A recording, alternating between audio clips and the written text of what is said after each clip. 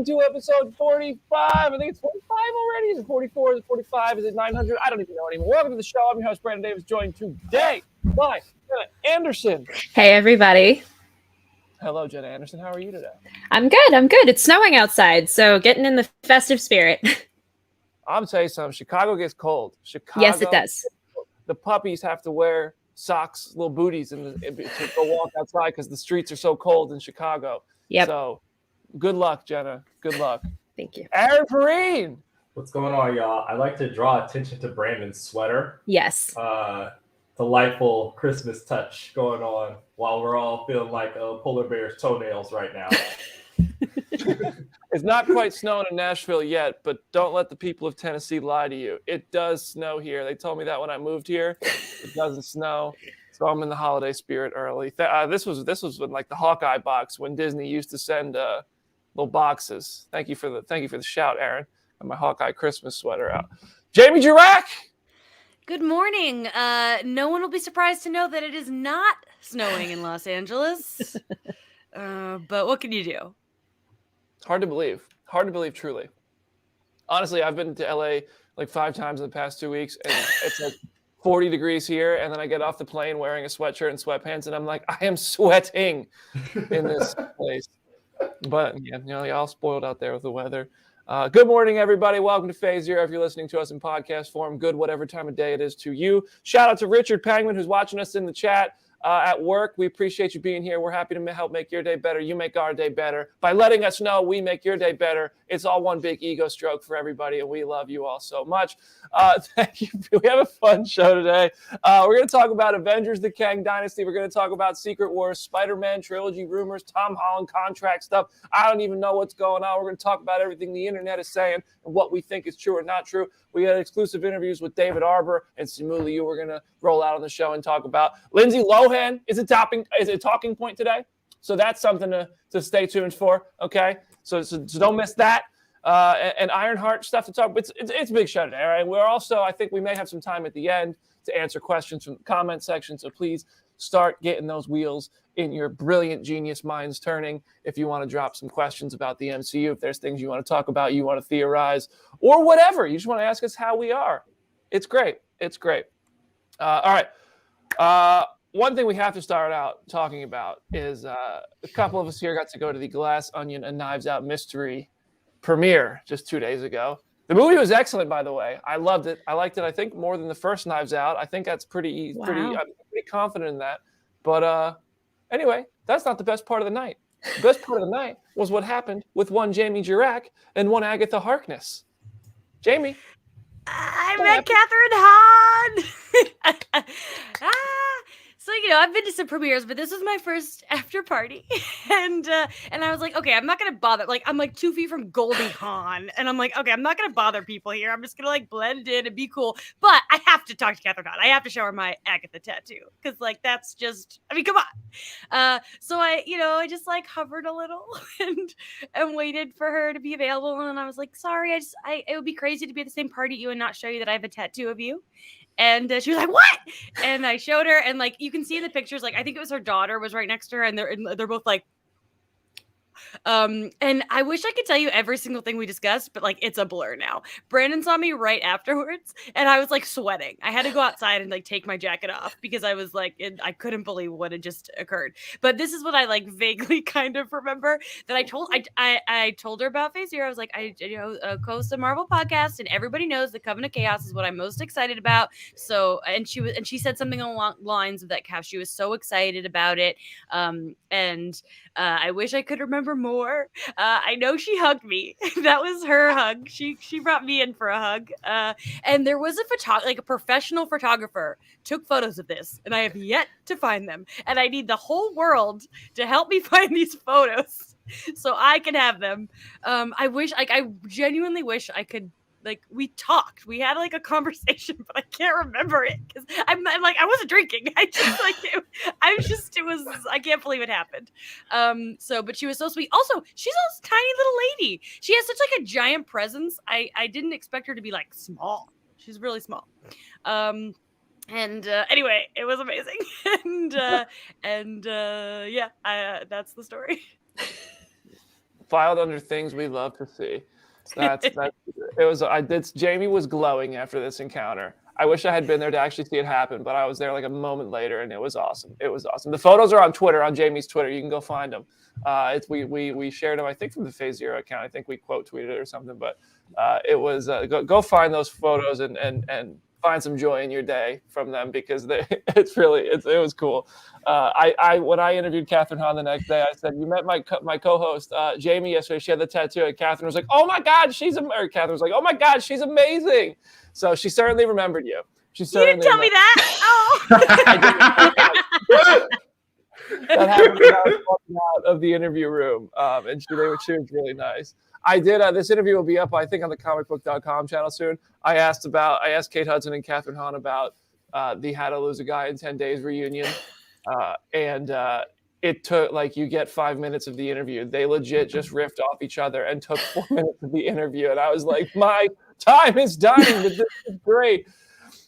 Also, before the interview started, we had to make, because I'm usually the tallest person who walks in, so they have to adjust cameras for a second.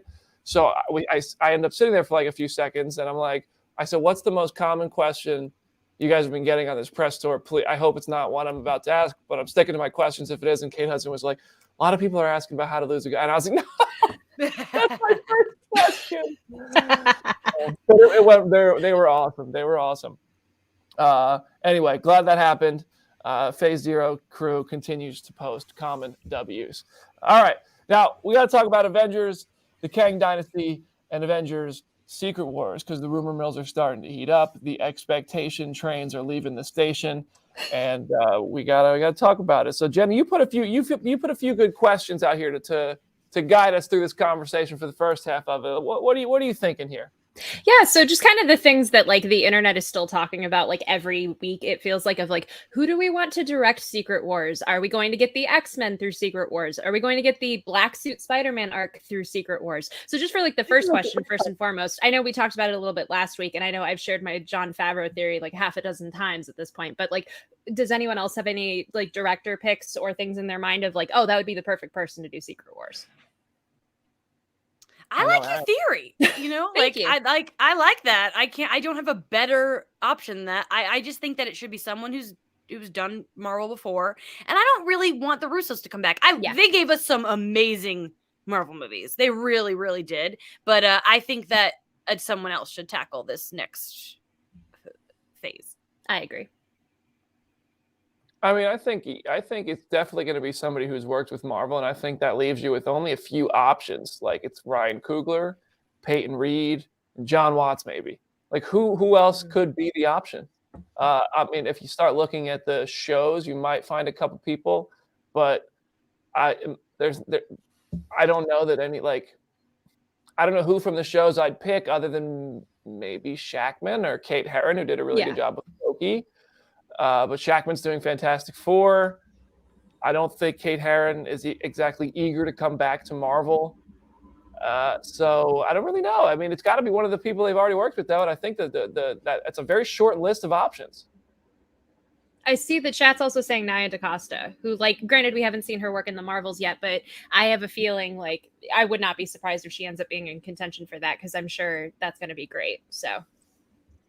The whole thing with Secret Wars is just juggling personalities, right? And juggling different dynamics. And if the Marvels looks as fun as we've heard the descriptions of the footage, it's fun to be projecting things off of Jamie ranting at me through a phone out of the room.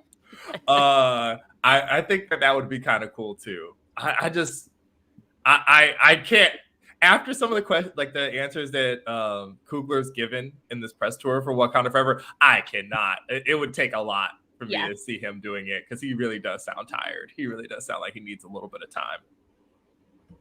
I'm looking at Nia DaCosta's resume right here. Candyman was all right. I think the Marvels is going to be pretty. It looks from the footage of the Marvels, which I saw with no audio backstage at D23. It's pretty cool. I haven't seen Little Woods.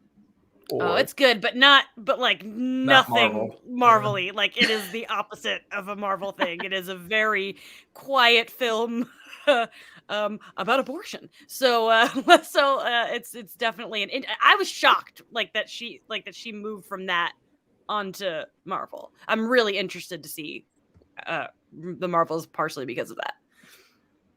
yeah, I mean, it's such a short list. Like the options are, I feel like Coogler is the guy Feige would turn to and say like, "Hey, man, sure be cool if you did this," and Coogler might be like, "Sure be cooler if I didn't."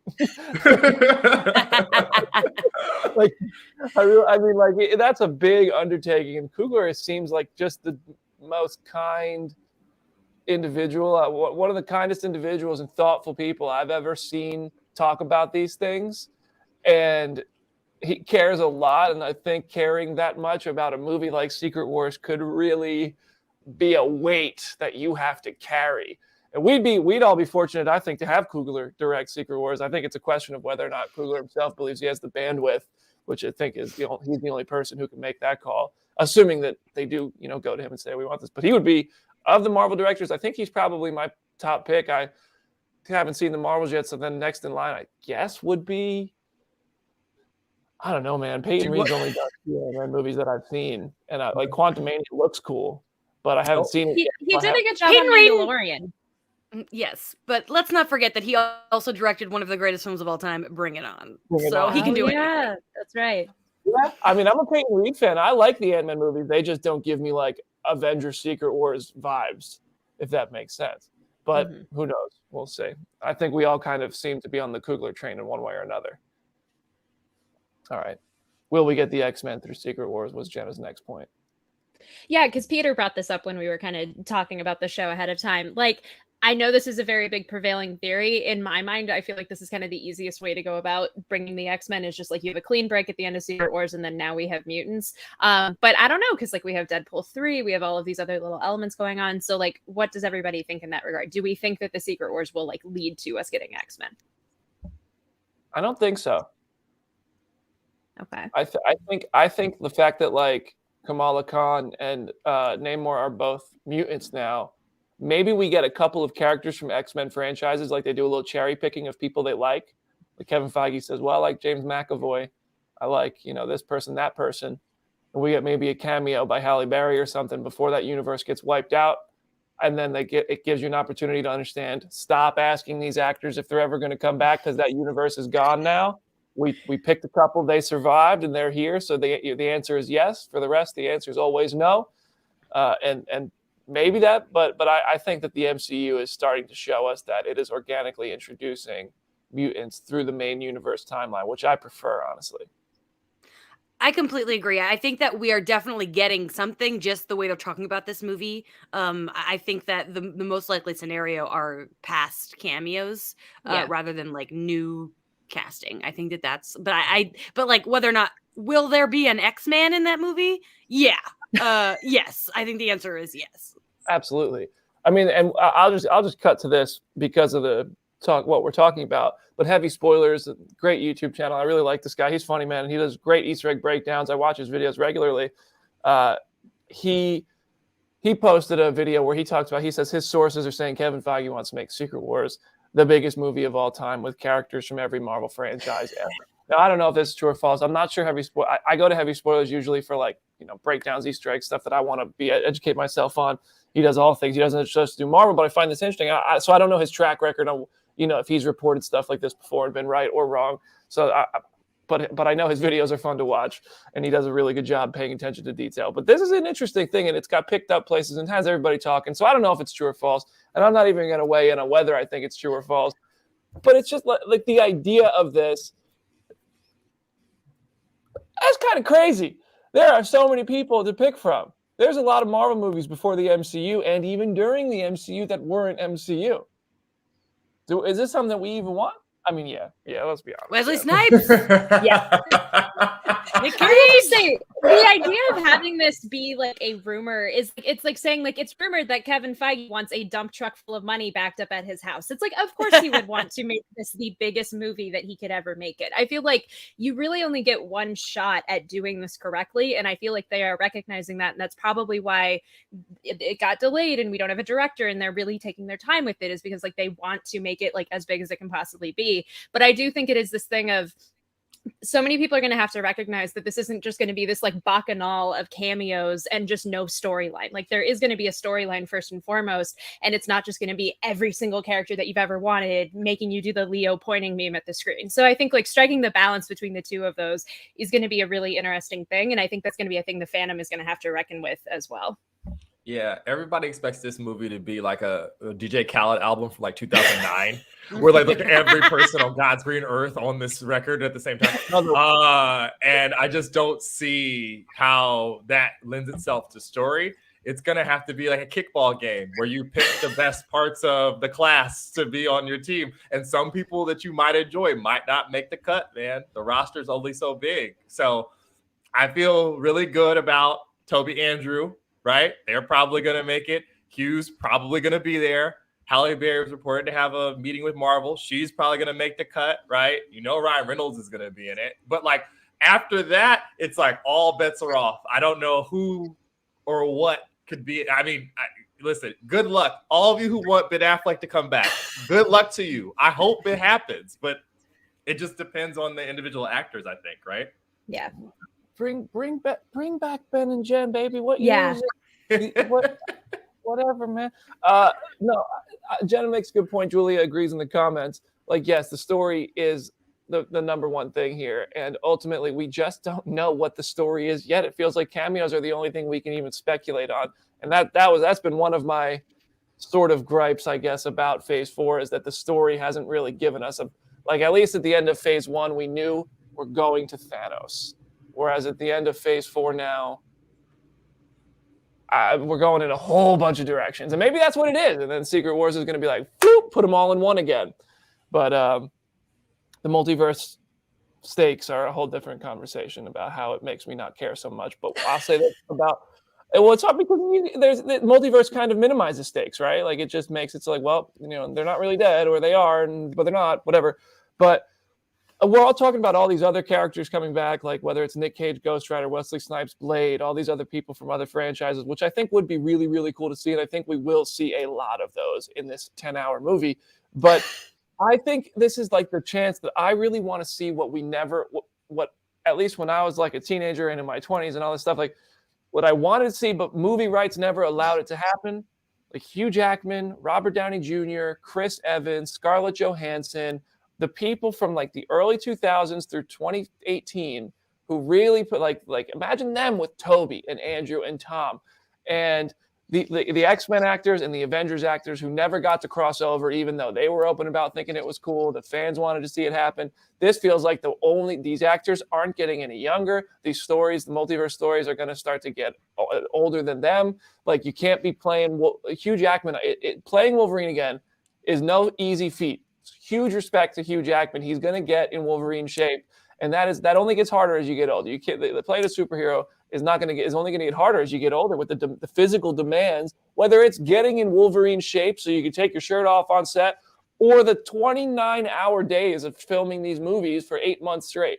That's not easy on your body and your soul. So this feels like the chance to see MCU characters that are no longer in the MCU because they died or anything happened to them come back one time from another universe or something, cross over with actors and characters that we really got attached to other franchises that were never able to cross over before. That's the thing I really want to see, and I'm most interested in seeing. And the idea of Tom Holland's Spider-Man meeting an Iron Man that doesn't know him, the emotional pain I want to feel is right there. Right there. Also, can I just say, when you were like, bring back Ben and Jen, I just got it in my head of like, imagine if they had like a little instrumental Evanescence like music cue as they like walk through their portal and go through the multiverse. And now I'm like, I will be mildly sad if that doesn't happen, because that would be perfect. Wake me up inside. Will we get the Black Suit Spider-Man arc? It's so weird because it's like we don't know what the future is with Spider-Man. I know one of the rumors that we wanted to talk about here is like there's rumors about his new contract being signed and he may or may not be in another trilogy of movies or whatever. I feel like you need one more Spider-Man movie to get to the Black Suit arc, and you need to have at least some people know who he is in order for that to really pay off, because otherwise it's just the joke that BD makes a million times of like nobody knows who this kid is. He's just going to walk in and get the black suit and there's like going to be no emotional significance for it for any other character. I feel like it's a lock. It's in the next movie. I feel like it's an absolute stone cold lock that they're just going to jump right into that. And I don't know where that leads. I don't know where that leaves Tom Hardy's Venom. I have no clue. But you're running out of runway to save the black suit for after Secret Wars or whatever. Like I'll put it better be in the next movie, or else I'm gonna be like, what was the point? I'm being so confused. So let's hope. I'm kind of on the saver for Secret Wars train. I do think you need another movie. Like I think we need to get we need to pay Spider-Man a visit before we see him cross over and all this stuff, because I would love just a ground level. Let's check in on Spider-Man, how he's doing since everybody forgot who he is. And then we can toss him into the Avengers movie, at least, spending a little time with him and knowing this new version of his life, how that's going to connect to the other characters, especially because a lot of these characters he hasn't met yet. So I want to see an updated Spider-Man before we go into the black suit, hopefully in Secret Wars. Speaking of Spider-Man contract rumors, another rumor swirling around that we can't confirm or deny. And I have tried to confirm or deny this, but I can't get answers. But yeah, a lot of people are saying online, I'm not even sure where this rumor started. I'm sorry to the people who broke this. If it turns out to be true, especially if it turns out to be false, you're welcome for not naming you. If it's true, I'm really sorry. But apparently, people are saying new Spider-Man trilogy and Avengers movies. Marvel, here's what doesn't matter about this. Marvel Studios is still owed one Spider-Man appearance in a movie of their choosing. And that's from CEO Tom Rothman in an interview we did at the Spider-Man No Way Home premiere. Spider-Man is still due for at least one appearance in a non-Spider-Man Marvel Studios film, whether there's a contract agreement or not for new titles. So one would assume, at a minimum, he's in Secret Wars. But I do think they probably are reaching a new contract. I mean, that dump truck, it's not a dump truck of money going to the Holland house, and then Tom and Zendaya open the door and they see it. I think it is like an Amazon fleet backing the money up to that house, because you can't make Spider-Man without Tom Holland for the MCU anymore, and Tom Holland's agents know that.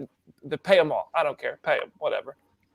See, part of me was just thinking, when you're like one more appearance, what if it's not necessarily in a movie? I know people have really wanted the Daredevil Spider-Man like team up in some capacity. So it's like, what if the contract at the time was just, hey, you appear in one episode of Born Again and people get that little team up and then we re-sign your contract and we go from there. I think that would be really cool if that ends up being the case.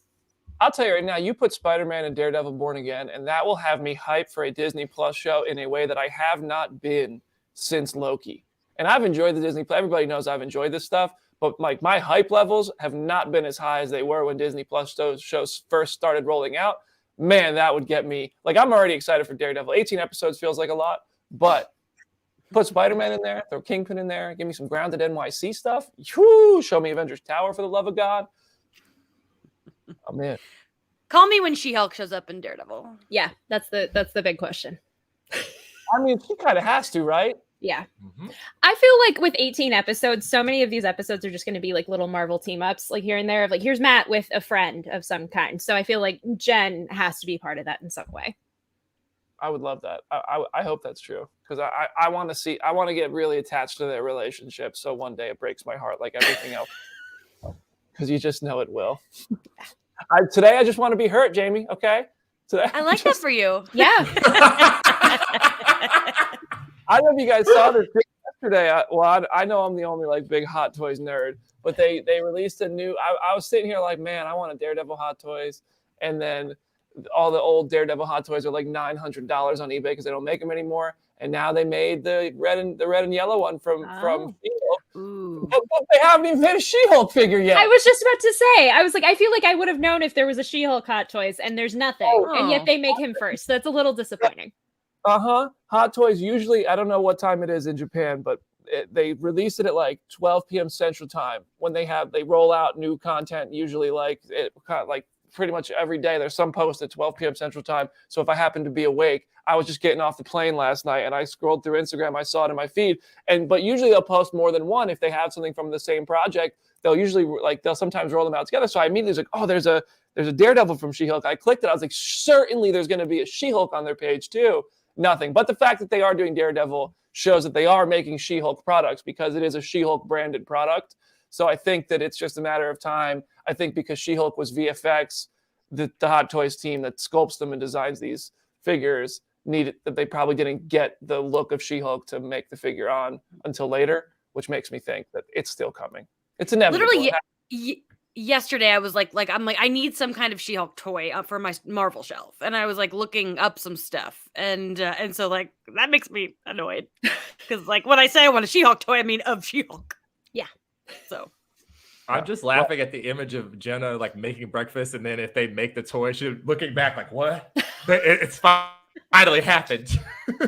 Listen, I'm happy they didn't drop it right away because I just spent a lot of money on Taylor Swift tickets. So it's like I'm fine waiting a little bit until the Hot Toys comes out, and then I can spend a bunch of money on that. congratulations on scoring those. That's 7 hours of sitting at my computer, and it was so worth it. Yeah. I was wondering why you look like you just came back from war. I deserve like compensation for the amount of time I spent on Ticketmaster yesterday. A soldier, a Swifty soldier. I respect it. All right, we have a clip I want to play from the Box Lunch Holiday Gala. Before we play this, I want to actually point something out. This was a really cool event that Box Lunch put on in partnership with Feeding America. I didn't know this before the event. Every $10 somebody spends at Box Lunch, they donate a meal to people in need to try to end hunger in the world. So on this night, they had donated $100,000 to Feeding America, and Simu Liu was the man of the night. He was there to present the check. He was the award presenter. He got on stage to present the check, and then he took out a check of his own and matched it, $100,000 of his own money to try to help end hunger and feed those in need. So I think that's a really cool thing that Simu Liu did. That's what heroes do. And now that I think it's really cool. If you follow Simu, you see he's doing a lot of stuff like that. And that's $100K is not a lot of money. You buy a lot of Hot Toys figures with $100K, you could buy even more meals for people in need. So I think that's really cool that he did that. But we got to catch up with him at that event. Thanks to Box Lunch for having us out there. And I kind of had man's on ice skates with his words about Kang Dynasty. So just watch this clip and we'll all talk about it. Let's roll this clip, Richard. Comic-Con told me the Kang Dynasty stuff is true. I want to hear from you. What's it like to have worked with him so closely and know he's the man for the next big Avengers job? Man, it feels incredible. I mean, I obviously learned about the news a little bit before the rest of the world did, but I freaked out.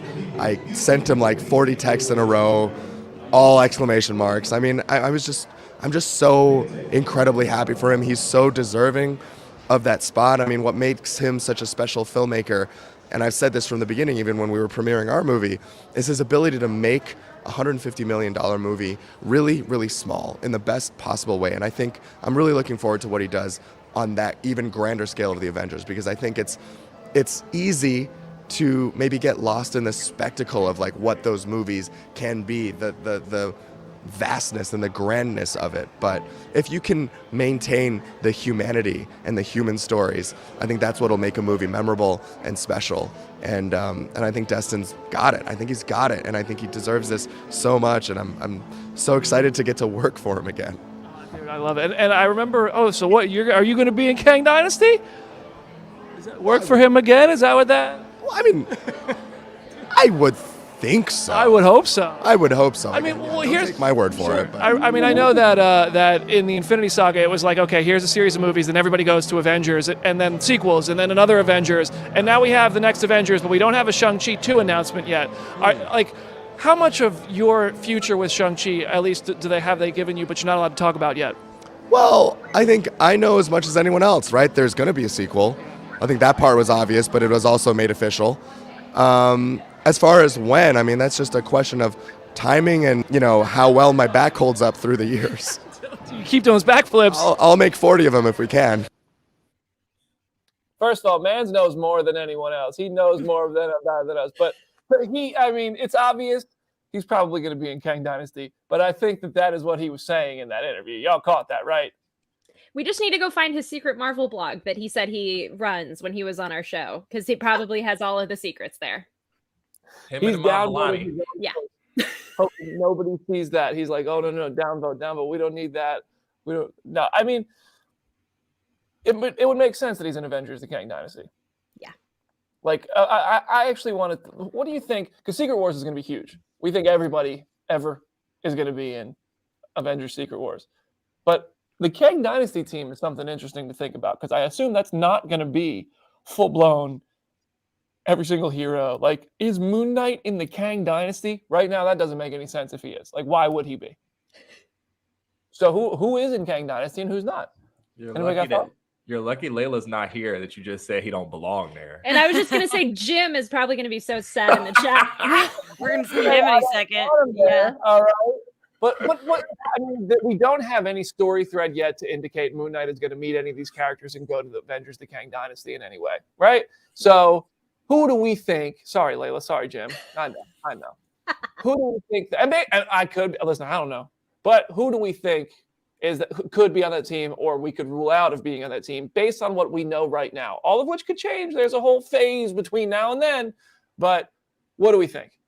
Do you think that they're gonna kind of shave it down, like, and be kind of like the original, like have a new version of the original 6 and make that this movie? That's what I think. I because Secret Wars is gonna be everybody, and I think this is gonna be like, this is the new Avengers lineup. Well, and then the young Avengers are gonna be their own thing. I don't know.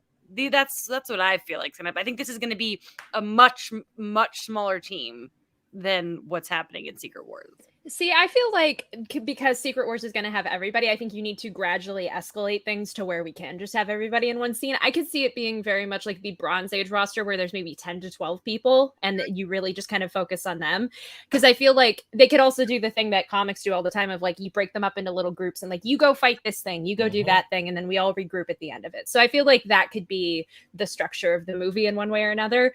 I feel like Shang-Chi does have to be there, like, going back to what Simu said, because we know he knows the Avengers. We know he talked to Carol and Bruce. Like, we know the bangle has some sort of, and like the 10 rings have some sort of significance. So, like, I feel like that narratively explains why he would then show up in Kang Dynasty.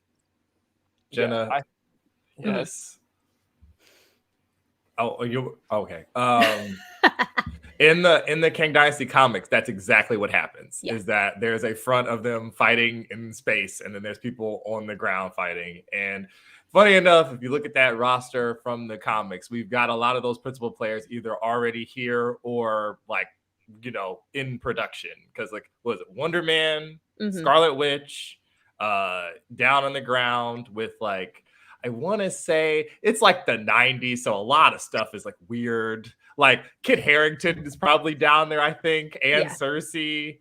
And then I want to say War Machine's down there with them too, because Tony and Captain America are up in space. Oh, and Carol's down on the ground as well.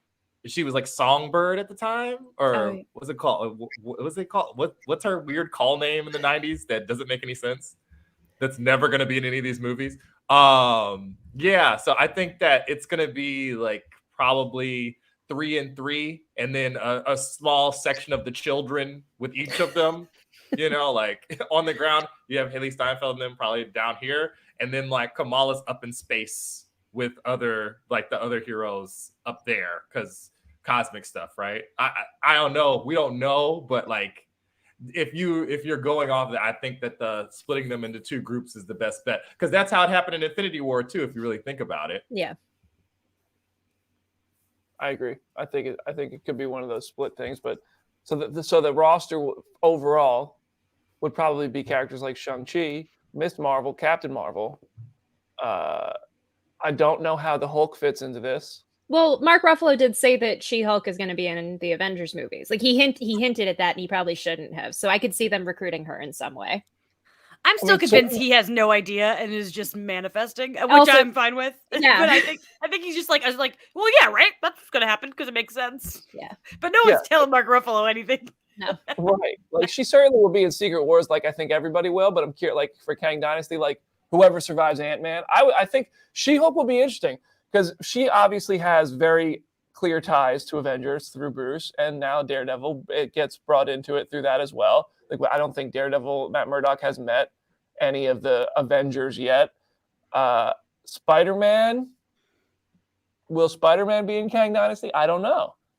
This is why we need to check in. We got it. Listen, we got Phase 5. 2020 is 2020. Yeah, well, all of Phase 5 is next year, right? Like the whole thing starts and ends next year. Isn't it the next 2 years? Or I is it could, 2 years? I could be wrong though, but I don't know. I feel like Thunderbolts is 2025. So is Thunderbolts before or after Kang Dynasty? Before. And then Kang Dynasty is in 2025. Yeah, and then Secret Wars is in 2026 because they were both in 2025, and now Secret Wars. Okay, wait, because we all forgot what year it is. So I think 2023 and 2024, because Thunderbolts is late 24, and then we get into FF and Kang Dynasty and everything from there. So I just totally forgot what year it was. Yeah. Anyway, well, it'll be interesting. Everybody in the comments, we're gonna take a quick 1 minute break, and then we're gonna come back. We're actually gonna talk about Thunderbolts. Drop in the comments who you think will be on the Avengers roster in Avengers: The Kang Dynasty. Give us your roster of heroes that you think are going to be in there battling Kang through the timelines. And we're going to take a quick 1 minute break. We'll be right back.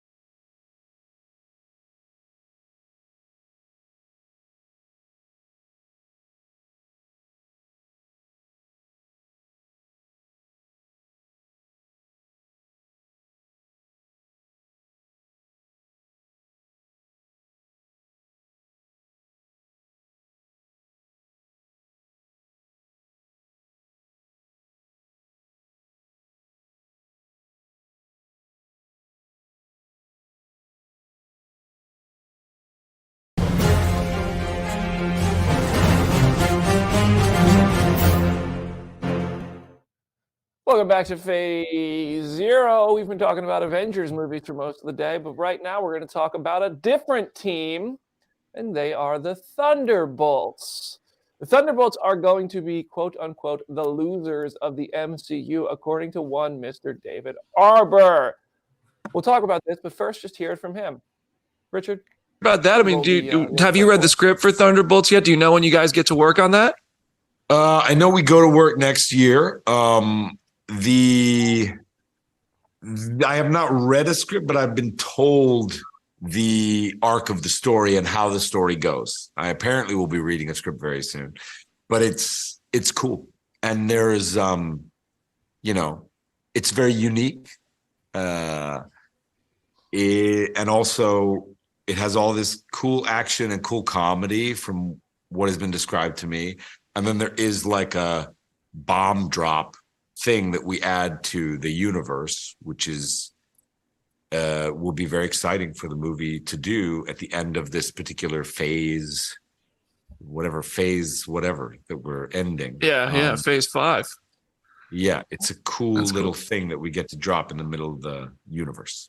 Oh, that's going to be exciting, man. And I mean, we've seen, the Marvel Universe has given us teams like the Avengers who are like, the noble people, the Guardians of the Galaxy who are kind of like the cosmic anti-hero silly bunch. Where on that spectrum do you think this group is going to fall? We're like losers, which I like. We're like, the losers. And I think it's fun to watch us just mess everything up. I think that's the spectrum. I think it's very funny, but there's also a lot of like pathos in that. There's a lot of like drama in a bunch of people who just keep getting their lives wrong and because of character flaws, keep messing things up. And nobody gives them the respect that they do to Captain America and Iron Man, very capable people. So there's a lot to draw on there. I think there's like a lot of movie there that'll be fun. What do we think? That was so good. I know. That was such a cool answer. I have so many theories. Like, oh my God. Like I a lot of people have said after Wakanda Forever that like maybe Val is interested in like some sort of MacGuffin, either vibranium or something else that could like help give the US more power. So it's like I could see it being that. Part of me also thinks like with the bomb drop thing, it could be like an incursion or something tied to the multiverse, because I feel like that would be the kind of weird thing to throw into this very street level team and just have it have these larger ramifications. There has to be something big when this is wrapping up the phase. So now I'm almost like maybe it's a multiversal thing. Like that would be really cool. Maybe Red Hulk is a scroll. I don't know. I don't have any guesses, but I am so excited for Thunderbolts. Like, it is a really high on my hype ranking. Like, and then hearing him talk about it got me even more excited. Like, you can see the joy in his face, his excitement, and that's really awesome. I have to respect his commitment to never being in a movie where it's warm. He will work in a cold movie forever. And that is awesome. I have no idea what he could be gesturing towards as far as like the bomb drop stuff. Social media has been a minefield for this Marvel stuff. So there's like 4 different things swirling on Twitter alone of like what it could possibly be. But I don't know. I asked Jenna about one of them yesterday and we don't think it's that. So a popular thing that you've seen a bunch of people drop fan art and covers of. I don't think it's that, but who knows? The Squadron Supreme stuff that's been everywhere, and I'm like, where is this coming from? Yeah, like the new scuttlebutt is that might be the bomb, which like I could possibly see with like the multiversal stuff. I also feel like it would be a lot to throw that entire team into that movie, but I don't know. I'm just kind of curious just to see whatever the future holds. As people know on the show, I want to see the Squadron Supreme, so if they show up anywhere, I will be very happy. Is this just like speculation, or is this people claiming it's like it's a rumor? speculation? Yeah. Oh, okay. I was going to say, if people are claiming there's leaks for this movie already, David Harbour just said he hasn't even read a script yet, so I don't know. Your uncle doesn't work at Nintendo, Brandon? What do you mean? My uncle works at the movie theater, and he saw the post-credit scene already. All right. Here's Jen and Jamie. I'm just going to let you guys take this one. Hell yeah. Okay, so Lindsay Lohan really wants to join the MCU. She gave an interview with Forbes and she said, I think I'm always the kind of person that I see what comes and I take it as it comes wherever the scripts lead me. I love doing rom-coms, so that's always something that I'm going to look for and do a ton of when the time is right. But there's definitely other things. I've never done an action film. I would love to do something with Marvel, just seeing what comes my way, and I'm open to different roles. So I know Jamie has thoughts. I want her to say her thoughts. And then I have one fan cast in my head that I accidentally came across, and I think it's perfect, but I want to hear what Jamie thinks about this. I bet it's the same one that I'm thinking, but it might. It's probably very obscure, but okay, we'll see. I love this. Lindsay Lohan deserves better than pseudo Hallmark Netflix Christmas movies. Like, I haven't watched this new movie yet. I'm sure it's cute, whatever. But like, I mean, I grew up on The Parent Trap, the remake. I think it's one of the few remakes that are better than the original. I deeply love that movie, and I also like, Mean Girls. There's so many, like, she's good. We know she's good, and like, I don't know why she's getting stuck doing what she's doing right now. And like, we know she's capable. We know she can act, and I'm ready I love this idea. I would love, and I don't remember who said this in my comments. I'm sorry that I don't remember, but somebody was like, let Marvel do for Lindsay Lohan what Marvel did for Robert Downey Jr. And I love that, because that's like that I think that's a comparable thing. So I think this is great, and I think she would be capable. And I want to hear, okay, Jenna, what's the name? Okay, so first of all, I will agree with Jamie of like Parent Trap, Confessions of a Teenage Drama Queen, like Freaky Friday. That was my entire personality growing up. So it's like, I want her to get her due. I was thinking White Rabbit, who is like kind of this villain anti-hero sort of thing, just because her first appearance is her versus Frogman and Spider-Man. And I can just picture her like leaning into the camp and into the fun of it and just playing like a very fun villain. I think that would just be great. So like, I accidentally had the idea while trying to think of like, who are redheads in Marvel that like she could play. And now I'm like, oh crap, this would actually really work. So that is a deeper cut. That is good. Yeah. Okay, and also, I won't call out your name, but you know who you are, saying Lindsay you're saying negative things about Lindsay, did it to herself. Okay, so she doesn't deserve a second chance. Come on. She absolutely does. Somebody said Dazzler, and I really was into that. I've seen so many like Madeline Pryor, Jean Grey, like leading into the twin stuff, which like I could see that. I feel like there are so many people who could play Jean Grey, so I don't necessarily want to pigeonhole her into that, but that's why I was like White Rabbit. Let her play a very campy villain. Like that would be fun. You hear this? What All is those that? people out there, there's still redheads out there that are willing to play superhero roles. All of you who are angry about redheads in superhero movies, you're good. It's coming, right? Yep. What is Lindsay did it to herself? What does that even mean? She just sunk her own career. I don't know. Whatever. It's rude. I don't even know what that means. I'm not up to date on Lindsay Lohan lore. I've just kind of wondered why she isn't doing big stuff anymore too. I don't know. I feel like I have missed something. The Lindsay Lohan fandom page is run by Jamie and Jenna. They're the ones operating the mods for it. Yes. Yes. I love People asking if Lindsay Lohan can sing, and I believe the answer is yes. She can. Yes. Yeah. I would from the MCU to Lindsay, you can sit with us. Perfect. All right, we got a couple more things to talk about. Was there anything else you want to talk about there? No. Nope. All right. We talked to Dominique Thorne. That's on the comicbook.com or the Phase Zero YouTube channel. I'm not going to talk in too much detail about this because I want to get to questions. So everybody in the comment section, please drop some questions for us so we can end the show with a fun conversation with you all. Dominique Thorne debuted as Riri Williams in Black Panther: Wakanda Forever. She was an absolute delight to interview. And Nate Moore told us that she's not as following in the footsteps of Tony Stark in the MCU as she is in the comics. And so I asked Dominique Thorne about that. And I said, what does a character like Riri Williams in the MCU think about Tony Stark? And she said that that's really a question that's going to be answered on the Ironheart series. And she said a little bit more than that. She didn't want to say too much, but I just encourage you all, I'm not going to give it away here, to go give us +1 on the view count and check out that interview and make sure you're subscribed so we can continue doing stuff like that. Because I don't know if y'all saw this, but I just tweeted at Winston Duke and said, come on Phase Zero. And he said, holler at your boy. And I was like, bro, like what's good? I'm hollering, like, let's go. So, moments like that, people, they see our show, they see you guys watch it, and they give us an opportunity to talk with them. So hopefully we can get Winston on the show too. Anybody have any thoughts on Riri Williams before we move on? I'm just so excited to see more of her. Like, I cannot wait to watch 6 episodes of her after Black Panther. Like, she's just so great. She in the interview, she was so just very, very, seemed like very thankful for this whole thing. She just seemed very like still very grounded and just shocked at the success of the project and that everybody like loves her. So yeah, I'm excited. Also, she's not that new in the thing because she gave Brandon one heck of a tease when he asked about the M word. Listen, confirmed. Confirmed. As always, confirmed. Now you'll have to go watch the interview to know. I love that we're at the point though where you said the M word and my mind went to mutants before Mephisto because both are equally a thing that everyone's been playing coy with. So I was like, why is he talking about mutants? And then it's like, oh yeah, it's Mephisto. You're gonna get smitten, both of y'all. The Dark Lord is gonna snipe both of y'all. Don't do that.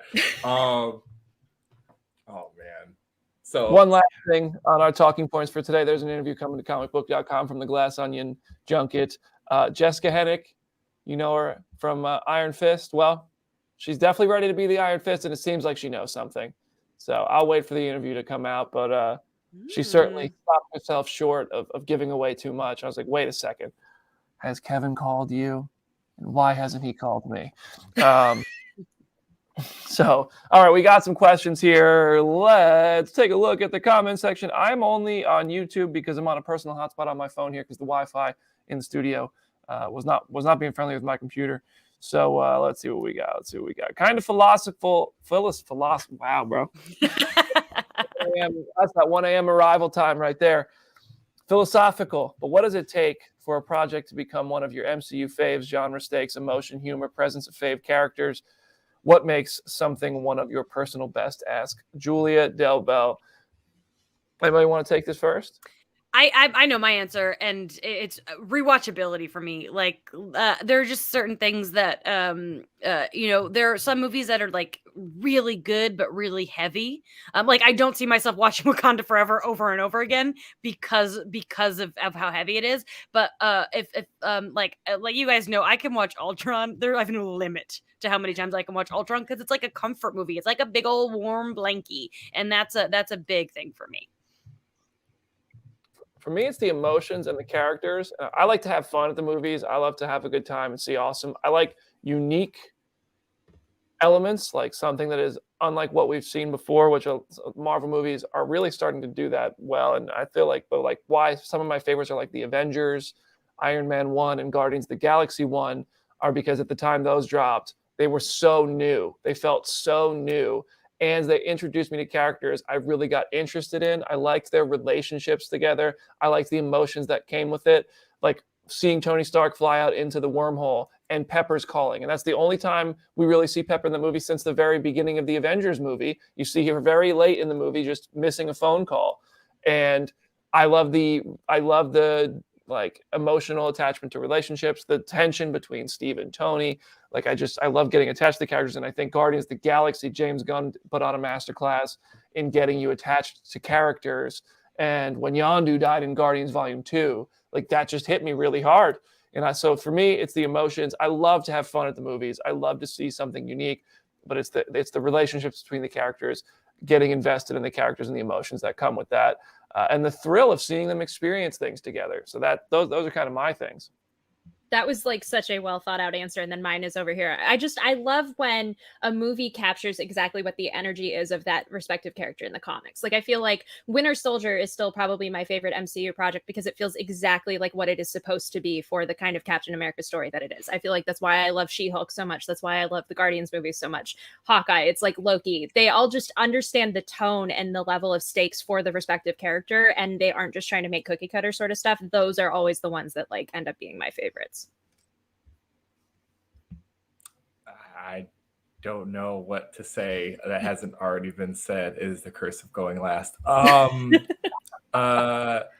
think that sometimes I like the ones that make me think a little bit more sometimes, but it varies because there are moments that are just very jubilant and fun. And I think just like popular music or TV, the stuff that resonates with me probably has more to do with the people I'm there seeing it with probably than the actual thing itself. Like the theater experiences of this stuff is really a communal sort of event, and seeing these big events along with other people, especially the people you care about, makes the movies themselves a little bit more, resonant for you. So it really does like depend from project to project. It's funny. I would love if someone could go in my brain and figure out which one of these I rank higher because I was sitting there with all my friends or because I was freaking 21 years old. And it's like, yeah, Thursday night, we don't have jobs. The Mountain Dew is flowing. The popcorn is here. So yeah, I think that's it for me. I love how we all had similar but different answers. Speaking of similar but different answers, December 7th, Phase 4 rankings are coming to Phase 0. Phase 4 rankings show. I also want to do a 2022 rankings show, but like I feel like doing both would like the answers would be spoiled. Yeah. So we're just going to do a Phase 4 rankings show, and I want to make a graphic that consolidates our 2022 picks into a ranking, so we could compare them to our 2022 hype rankings and see where everything landed. You guys can do what you want. I'm not going to go back and look at my hype rankings until after the show because I want to see I kind of want to share my reaction in real time. So I'm going to, Peter is going to have a bit of work cut out for him to get those graphics made, but he always does a great job. So I'm excited to be like, oh, wow, I was wrong about that. I was right about this. That's going to be fun. Chris Begley says, what actor who's played a large role in the MCU could/should direct an MCU film? It's been done by Jon Favreau. It's been done by Taika Waititi. I think Michael B. Jordan is the answer. Personally. Yeah. I mean, I think we should see Creed 3 first. I have high hopes for it, but I think we should see it first. Based on the trailer alone, I think he's already done it. I'm excited for Creed 3. I am. But I do think it's like, he hasn't directed anything yet. That's it. I'd like to see Larson direct something in the MCU, even if it was just like an episode of a Disney Plus show. I feel like that would be fun because I know she's directed in the past. So I guess that would be my answer. I know my answer. You know who's directed some films and has directed some really good episodes of Agents of S.H.I.E.L.D.? Clark Gregg. Oh. Just Jonathan Majors based on Instagram posts of him and Yahya Abdul-Mateen working out, and Brie Larson too. I have no idea. Michael Bay come through and make Pain and Gain with just these actors lifting heavy objects, and then Tatiana be like, "That's nothing. Watch this." I don't like. I wonder if Feige would ever really consider that, because he has no problem handing them producer credits, but like directing one of these things is really like a big deal, you know? Yeah. What are some from Federico Rosa? What are some of your favorite and least favorite changes from the comics to the MCU? I really liked. Name more changes. For me, I'm one of the people who's fine with. I would prefer the comic story for Spider-Man, but we already saw it a couple times in movies. So and as an Iron Man fan, I don't mind the Tony Stark mentoring and basically being Uncle Ben for Spider-Man. I won't say his name. I won't give up a joke. I'll never say his name. But a change I really it ended up paying off years and years later. But I was so pissed when I saw Iron Man 3. The Mandarin thing was so weird to me. Those are the ones that come to mind. Nowadays, I don't really care. I've Iron Man 3. I've accepted the change, and I accept it as a good movie. It's entertaining. But when I first saw it, I was like, "There's no way. There's no way they're doing this right now." So, what about you guys? I think we said this recently. We were just talking about this, but the pro Vision, how Vision came to be Vision. I really, really like those changes. This is really kind of small and specific, but I wish that Drax was a little more like his comic counterpart of like just being this weird guy who plays the saxophone. Like that is just such a key part of his comic character, and I feel like we haven't really gotten to that point. So like I don't know why that's the first thing that popped up in my head, but there are so many that I like. I like the Namor decision. I like just the way that Kamala's story really got to be established without having to deal with the Carol Danvers of it all in a very overt way. I think the changes that they've made have largely worked for me. Trying to think of like what's like been like divisive that I love that I guess that G. Willow Wilson and them got to actually make Kamala a mutant, because that's what she was supposed to be at the time, but due to like weird stuff she couldn't be. Spiritually it makes a lot of sense. I know somewhere Adam is just throwing his computer like a panda. I love you, Adam Barnhart. I guess one of the weirder things is that I do wonder how, because I know I don't really care, but I know y'all care a lot, how they're gonna get Hulk back to like being the Incredible Hulk. I know y'all care a ton.